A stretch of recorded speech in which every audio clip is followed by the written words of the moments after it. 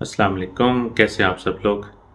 आजकल के दौर में ख़ासकर ये 20वीं सदी जब से शुरू हुई है, हम मर्द हो के भी नामर्द हो चुके हैं, क्योंकि हमने अपने पैरामीटर्स बिल्कुल गलत कर दिए हैं।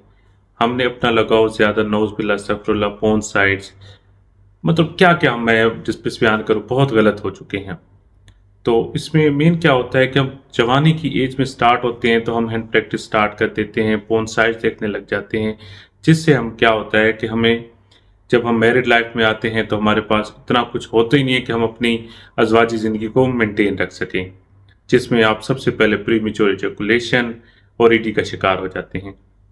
आज की वीडियो में दोनों टॉपिक को मैं इकट्ठा समराइज करूंगा और एक ही सप्लीमेंट जो क्लास का सप्लीमेंट होगा जो आपको दोनों बेनिफिट प्रोवाइड करेगा और दोनों का ट्रीटमेंट देगा, साथ साथ में ऐसे न्यूट्रिएंट भी प्रोवाइड करेगा जो आपके स्पर्म की ताकत को भी और उनके काउंट को भी इंक्रीज करेगा।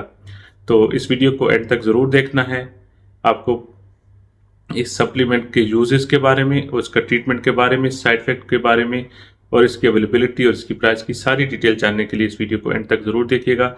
और जो लोग भी मेरे चैनल पर नए हैं उनसे रिक्वेस्ट है मेरे चैनल को सब्सक्राइब कर लें। अगर आपको मेरे चैनल से फ़ायदा हो रहा है तो इसको दूसरों में शेयर करें और कोई भी आपकी क्वेरी है आप मुझे व्हाट्सएप कर सकते हैं, मैं इंशाल्लाह विद इन प्रॉपर टाइम आपको रिप्लाई करूँगा।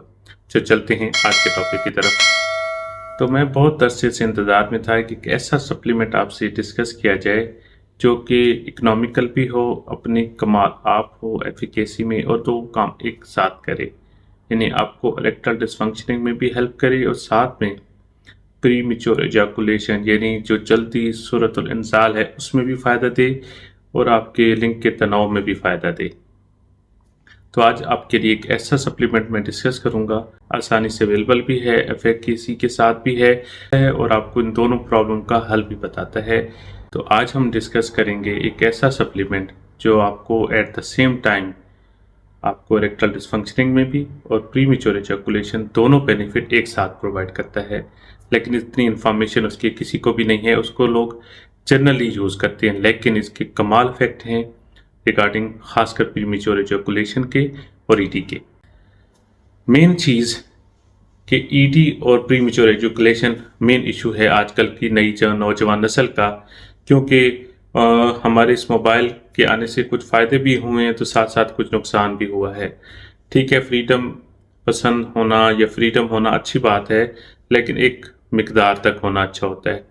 इंसान, क्योंकि इस्लाम वही है, कहता है कि हर चीज़ को अपने लेवल तक रखेंगे तो हर चीज़ लेवल तक रहेगी। जब से मोबाइल आम हुआ तो पोर्न साइट्स और इस तरह यूनिवर्सिटी कल्चर में हमने खुद के हमारे अपने जहन गलत हो चुके हैं, क्योंकि हमने इस्लामी तालीमात को छोड़ दिया है। हम पोर्न साइट्स की तरफ ज़्यादा चले गए हैं, जिससे हमारी मतलब है कि हैंड प्रैक्टिस मैनिपुलेशन बहुत ज़्यादा हो चुकी है।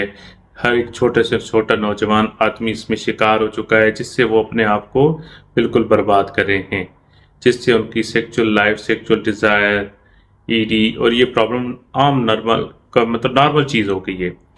फिर मेन इनफर्टिलिटी इसी वजह से उनमें बहुत ज़्यादा बढ़ रही है, जिससे क्या होता है कि उनकी, ये नहीं कह सकते कि वो नामर्द हैं, वो मर्द होते हैं लेकिन होते हुए भी नामर्द हैं।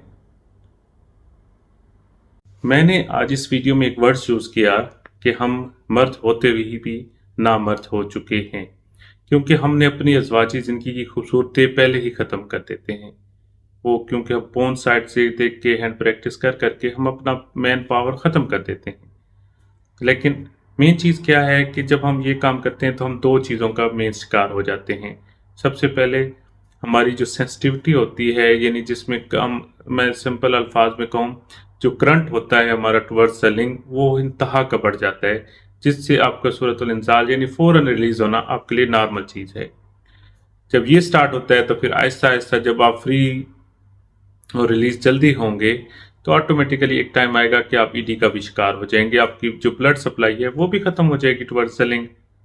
उसके बहुत सारे फैक्टर्स हैं, हर वीडियोस में फैक्टर्स कुछ ना कुछ मैं बताता रहता हूँ। आज का इंशाल्लाह समराइज करके आपको बता देता हूँ।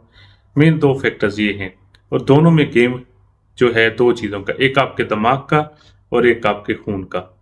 ठीक है, एक में हमारे जो होते हैं वो मतलब है कि मस्कुलर सिस्टम इन्वॉल्व होता है, जैसे कि न्यूरो होते हैं जिसमें न्यूरॉन्स अवेलेबल होते हैं। एक में ब्लड सप्लाई होता है, ब्लड सप्लाई दोनों में इन्वॉल्व होता है।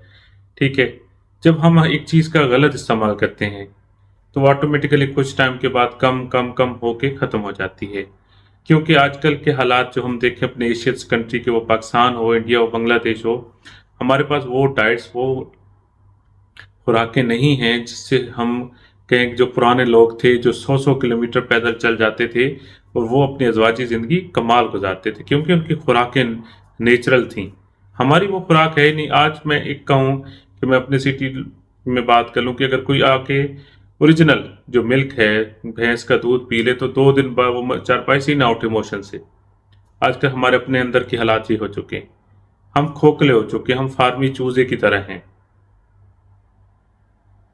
तो इसलिए अपने अंदर से खुद को पक्का करें, मजबूत करें।